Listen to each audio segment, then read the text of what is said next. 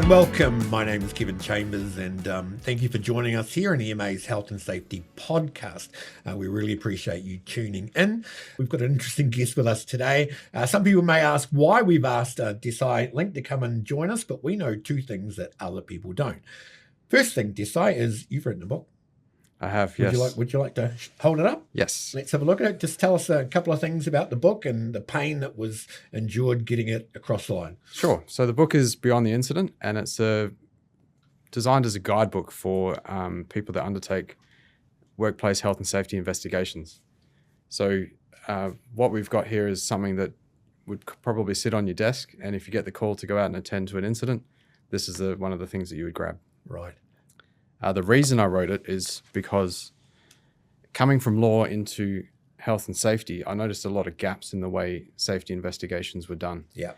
And I thought there was some pretty obvious plugs for those gaps, and thought I might collate them into a book that anyone can have. And what we're going to talk about today, a lot of it is in your book as well, yeah? Yeah, absolutely. Brilliant. And look, the second reason why we've got Desai here is some of you may recognize him. He's one of the three chaps on the Circus of Safety. We've discovered that Desai is actually the brains behind that podcast. And so we wanted to have him come and join us on our podcast as well. So once again, thank you very much for coming here. Thank you. Today's topic is around oral submissions or oral testimony in an investigation. So we're not going to talk about all the little details of an investigation, but why oral testimony is crucial. So I'm just going to hand over to you. Cool. Well, I think it's important to look at what safety investigations look like in practice. Yep. And a lot of the time they're a bureaucratic exercise. It's all about asking for the documents, seeing if the control was there, seeing if it was implemented, maybe taking some photos, and it kind of becomes a bit of a bureaucratic exercise. And there's a lot lost in that process. And I know people don't tend to set out to undertake a bureaucratic exercise, but the normal machinery of day-to-day work, that's often what it becomes. It becomes paper-based, right? It's to make sure all the paper work is in order. And you're suggesting that good, this is a good place to start, of course, but we need to dig deeper. Absolutely. And so when you're dealing with evidence, I'm not saying documentary evidence is a bad thing inherently, not at all. It's just important to understand where it sits in terms of the reliability and depth of evidence. And what I mean by that is if you've got a document, let's call it a pre-use inspection for a checklist for a piece of equipment, yep, and you've marked that and you've got one that's been filled out, what is that evidence of on its own? It's evidence that someone's marked a piece of paper with a pen and nothing more. It's not until you can sit down and speak to the person that filled it out and ask them, is this a checklist that you completed for this piece of equipment on this particular day? Are these things that you checked with your own eyes? Yep. It's not until you can interrogate someone like that you can really understand the value of that evidence. Okay. And an interesting use of the word interrogation, but that's kind of what it is. We need to get to the bottom of what happened, why it happened, and what can be done to prevent it from happening again. So if we just stick with the checklist for a minute, so they've gone through, they've done their tick boxes, tick, tick, tick, tick. What type of questions then would you be asking them about it? Would you be looking at specific elements of it, or just speaking generically overall about the checklist itself? It's a good question, and I actually wouldn't start with the checklist at all. Okay. I'd probably start with just asking them, like we're talking now, just tell me the story of what happened. Yep. And if the checklist comes up, I can say, okay, well, is this the checklist that you're referring to? Yes. Yep. And we can then interrogate that. And I'm glad you picked me up on the use of the word interrogate, because I'm not talking about interrogating a person. I'm talking about interrogating evidence. Okay. So if you're getting a mental picture of, standing over someone and pointing down at them and sort of badgering them for information, that's not what I'm talking about when I talk about interrogate. It's really just digging deeper and examining what you've got in front of you. Yeah, to make sure that the evidence is telling the full story. Yes, that's right. Okay. So it's an oral submission or oral testimony. Is this something that you would want to have recorded? Yes, and that can present some challenges as well. Ideally, a video recording is a great way to record evidence, but a lot of people feel uncomfortable with that. Yep. Audio recording, similarly, people might feel uncomfortable with that. Obviously, you need permission to do that as well. If you get refused permission, you can choose to do a written statement. Sometimes there's problems with that. People can't be compelled in the context of a safety investigation to sign that. Right.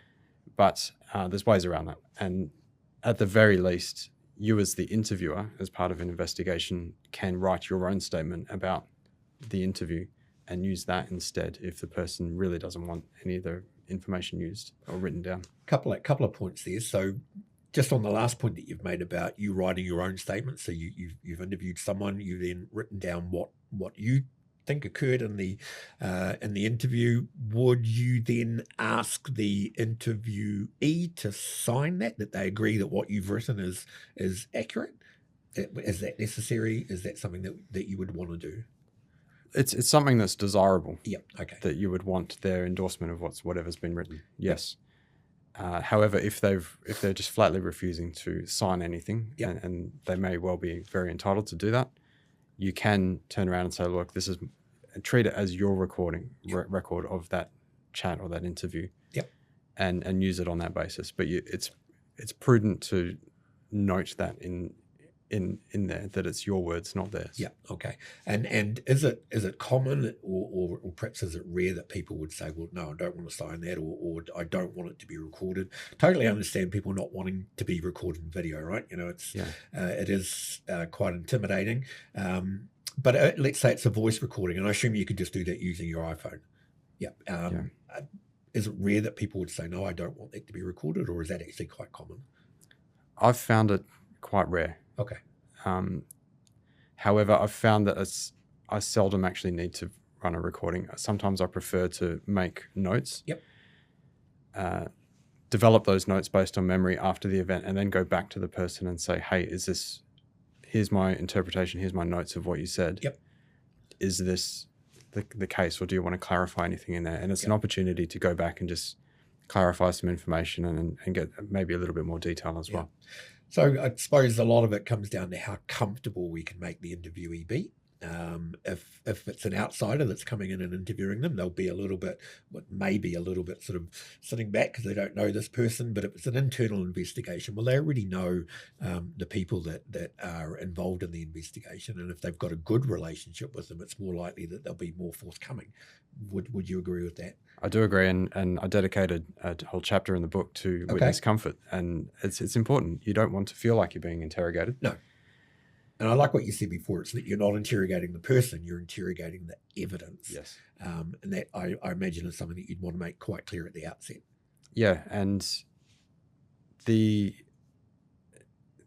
making your intentions and the outcomes and the purpose of the interview clear and apparent at the beginning is really helps with the comfort level. Look, you would say something to the effect of, I'm interviewing you as part of this investigation. We're required to do an investigation because contractually, or we've got maybe a moral imperative to find out what happened, prevent it from happening again.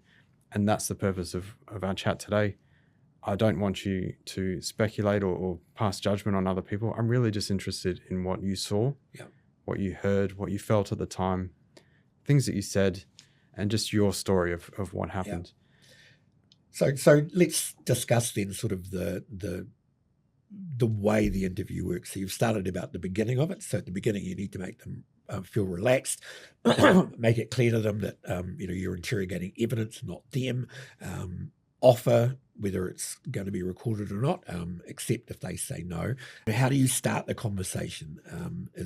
Do you have some questions that are very, very commonly used, or does it really depend on the incident itself, on the incident itself or on the person? Well, there's actually a lot that I would do before we even got to the point where I was sitting down in front of the person in preparation.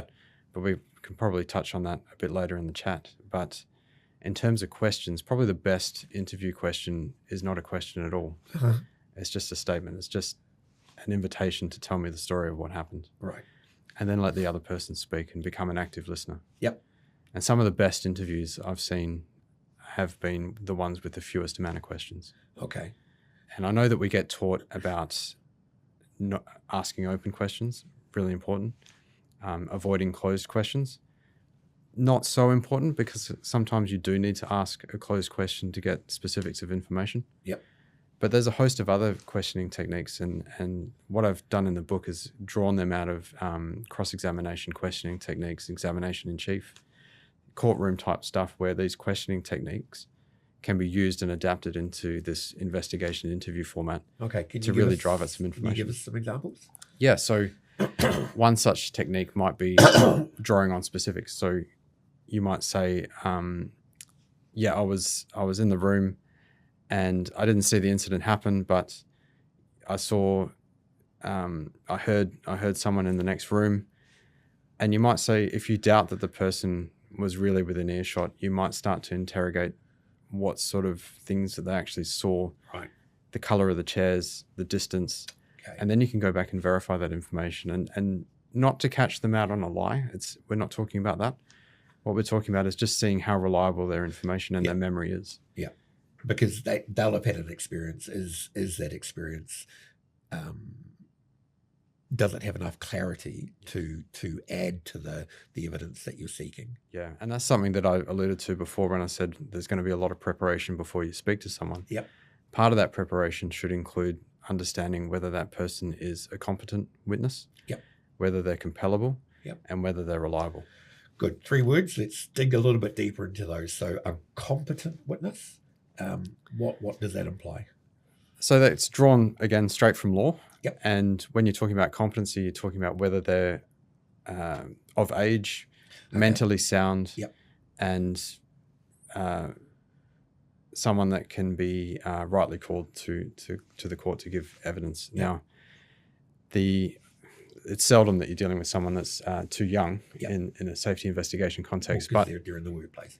Where I see this come up most commonly is if someone's suffering from some sort of post-event trauma. Okay, they might not be competent to undertake an interview at this moment. Yep. And you really need to recognize that and take a step back if that's the case, and either guide them towards help if they're not already seeking it. Yep. Or just step back and touch base with them at a later date. Give them time to get over the event. Yeah. Okay, so competent witness, the other 2 things. Compellability. Right. So whether you can compel a witness, it means whether you can ask them to come and talk to you. So yep, sometimes that might depend on contractual arrangements, employment agreements. They might flatly refuse to speak to you. Yep. And that might be well within their rights, and you just have to accept that. Yep. Okay. So competent, compelling, reliable. So reliability. They're all connected somehow, aren't they? Yeah. Yeah. So reliability is really just to what extent can we rely on this person's information? Yep. And again, I'm not talking about the person being dishonest or whether they're lying or not. It's not about that. Yep. It's about whether their story, their version of events is actually going to add value. And you test that through their testing their recollection, driving at what their sensory information was that they're sharing with you, and their proximity to the events. They might be well outside, sort of being able to observe and meaningfully tell you anything about the event. Right. So why are you talking to them? Okay, that's good. You don't want to be wasting your time talking to people that can't provide evidence that will add to the case, yeah? Yeah. But people love to speculate, so everyone wants Yep. to give their opinion and be a part of it, but sometimes you just have to push back a little bit. Yeah. I like how you said earlier in this podcast, asking them, what did you see? What did you hear? What did you feel? They feel like really key questions, right? And you mentioned senses just before, so 2 of the senses are involved. What did you see? What did you hear? Is one sense more important than another in such a situation? Do you put more weight on what people have seen or more weight on what people have heard? I wouldn't weight the senses differently, but I would drive at sensory information. Yep. What I mean by that is if you say, the person shouldn't have done that, or the person appeared under the influence to me, they appeared drunk. That's an opinion. Yes. It's not really it's evidence. subjective, isn't it? Yeah. Yeah. So I'll say, well, what makes you say that they were drunk? What did you observe? Yeah. And they might say, well, I observed them staggering in walking. I observed them slurring their speech. And with that, you can go, okay, so we've got two things. We've got observed staggered walking and observed slurred speech. Yep. That's evidence. Now we can test that against, maybe they've got a medical condition that Yep. causes them to have that. Maybe they had just recently suffered some head trauma, or maybe they were actually under the influence. Yep. In the first instance, you're dealing with an opinion. They were drunk. In the second, you're dealing with evidence. Yep. And that evidence has come from two of those senses, right? They observed them staggering and they listened to their speech, and their speech seemed to be slurred. Exactly. Yeah. How long should an interview be? Are there any sort of guidelines? Actually, now that I've said it, it does seem like a silly question, because I suppose it depends on the nature of the event. But you don't want the person just to be chattering away forever, right? You do want them to get to the crux of the matter. Do you have any sense there? Yeah, you want to be able to allow them to tell their story in their own words, but also in their own time. Okay, yeah. I find often I need to speak to people twice just to clarify a few things after I've had the opportunity to digest their version of events and also weigh it against other versions. Yep. And just come back and clarify a few details. But I often find an hour and a half to 2 hours of pretty casual chatting is more than enough. Okay. And is there a sort of a time frame, an ideal time frame that you'd be looking at? You don't want it to be too long after the event, but you did mention before that if someone has experienced some trauma post-event, you do need to give them time to recover, recuperate. I'm not sure they're the right words, but how long would be too long?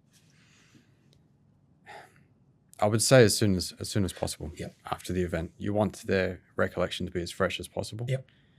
And that would be subject to the trauma example that we gave before. How compellable are they? They might flatly refuse, or they might take a bit of convincing, and over the course of a few weeks, you might be able to talk them into having a chat with you.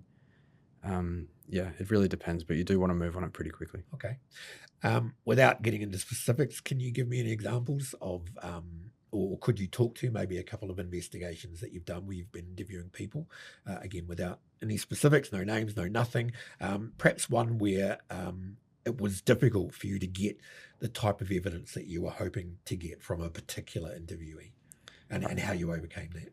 I remember one in particular where the sequence, I was talking to a fella and I feel like I was seeing defensive body language in the way he was holding himself, and I also saw him struggle to sort of set out a sequence of events. And I found myself getting frustrated, which is expected, but something that you have to temper in the moment, because I really needed to get information from this person, and what they were saying didn't add up. Okay. So I had to just employ different tactics on how to ask the same question in a different way, just to drive at the proper sequence of events so that they made sense. And part of that was setting out the information, the notes that I was taking in a chronology, so that I could go back and revisit gaps in the chronology. Yep. So would you be like, well, let me just check here. You've said this, and then you've said this, and you've said this. Can you just clarify that I've got that correct? Is that the sort of stuff that you'd be doing? Yeah, and there might be other things, like they might say, at 7 a.m. I arrived, and then at 7:20 we finished the pre-start. Right. And I might say, okay, well then how long did the pre-start go for? It's 10 minutes. Okay. All right, so we've got a 10-minute gap there. Yes. What happened in that 10-minute gap? Yeah. So between you starting work and starting the pre-start, what happened in that 10 minutes? Yeah. And how did you get from that space to that space? And Yeah. sometimes it sounds tedious, but sometimes it might be really material to what you're trying to investigate, and you have to go down to the very minute that something might have happened. Absolutely, so that you don't miss anything. Yeah. Let's talk about leading questions. Are they permissible, or would they be considered a little bit unprofessional in a situation like this? Did you deliberately use a leading question in order to ask that? Just might have slightly, yeah. So I mean, because there are challenges around leading questions, right? Are they still worthy of being employed in certain situations? Yeah, absolutely. They're a tool in your toolkit. So I wouldn't ever say that don't use a leading question. Yep. But I would say that there's a time and a place for them. Okay. So typically the way I structure my interviews is I would ask them at the end, and it's usually when I'm putting an alternate version of events to them that might have come from a conflicting statement from another interviewee. Yep. to say, would you say that this is the case? Right. And maybe get a yes or no or a response out of them, just to test their evidence against someone else's. Good. And again, that's looking for gaps, and making sure that the gaps get filled as much as possible. Yeah. And again, important to point out, I'm not talking about catching them out on a lie. No. It's just their recollection and their reliability. Yeah. What about then, let's say that one of our viewers has never completed an investigation. Maybe they've been involved, but they've been involved more in the paperwork side of it. They're interested in upskilling and becoming, adept at interviewing people. How would they start that? Would you suggest that they watch someone like yourself or other senior people undertake interviews and learn from that? That's a really good question. I think that investigating generally is a skill that needs constant practice and reinforcement and constant education. So I would say read. Whenever there's an investigation webinar or course or something available to you, take it. And whenever you get the opportunity to sit in on an interview, take it as well. And just be surrounded by it and take it in. And just start to learn to take notice of the way people ask questions. And the way people, not just in the words, but also in the tone of voice, in the body language. And just look for those cues and how you can employ them. Okay. And do it as often as you can. Yeah. Because, ideally nobody wants to have to do an investigation. There will certainly be some workplaces where they are really, really rare. And then, knowledge fade and skill fade. We're going to try to avoid that if we can. Yeah. And there's one final thing that they can do, and I'll just lean over and grab this. So of course they could get a copy of your book, read through the book, and learn from that. Yeah. And you would be quite comfortable with them defacing the book by putting notes and highlights and all the rest in there, just getting stuck in bookmarking pages. I'd encourage that. And like I said earlier, it's the sort of book that you want on your desk when you get that call to grab it and take it off. All right. Hey, well, look, thank you so much for coming in today. You won't mind if I get you to sign a copy for us? No problem. Yeah, good. That's great. Really appreciate your expertise here. It's been really, really nice talking to you. Perhaps we'll have you back again. Yeah, sounds good. Thanks very much. It's been a pleasure. Good. All right. So that's it, folks. Hope that you enjoyed this podcast. Really, really grateful that Desai was able to come in. And we got to plug his book for him, which is good as well. Thank you for tuning in. My name was Kevin Chambers, and we really appreciate you watching us today. Stay safe out there, everyone. Bye-bye.